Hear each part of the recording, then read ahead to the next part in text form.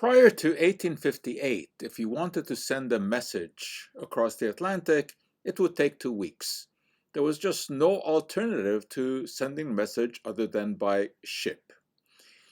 Now, within North America and within Europe, the telegraph was also in use. It had been in use since 1844, when Samuel Morse introduced it.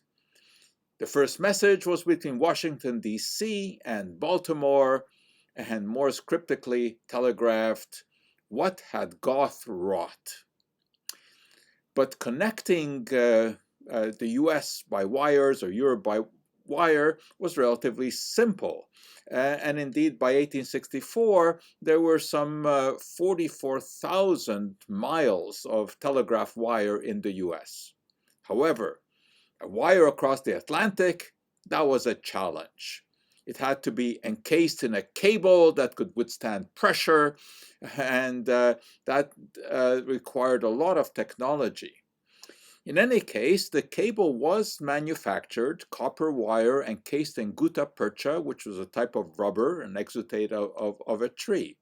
And in 1858, two ships met in the middle of the Atlantic, the USS Niagara and the HMS Agamemnon, and they proceeded in opposite directions, one to Newfoundland and the other to Ireland, and they managed to lay the cable.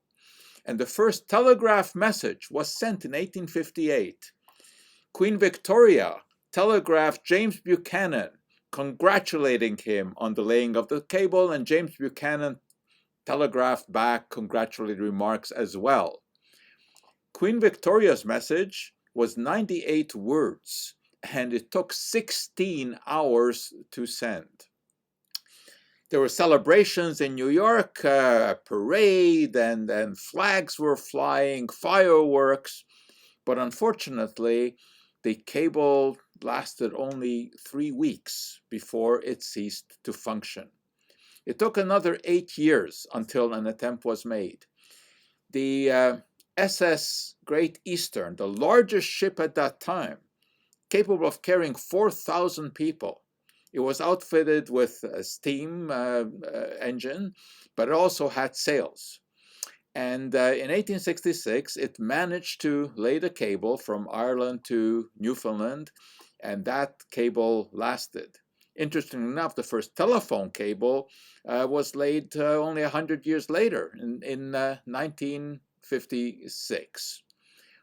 Well, you would think that these cables are a relic of the past.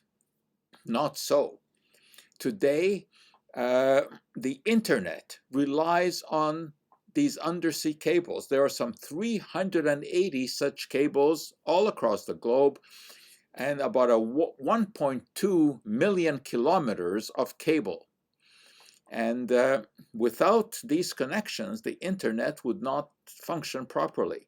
Now, these cables, of course, are extremely sophisticated. Inside, optical fiber, and there are many, many layers of protection around it, various kinds of plastics like polycarbonate and mylar and polyethylene, and there's aluminum and iron sheathing, etc. Very, very sophisticated cables. And the concern is that if these cables are ever disrupted, it would have momentous consequences.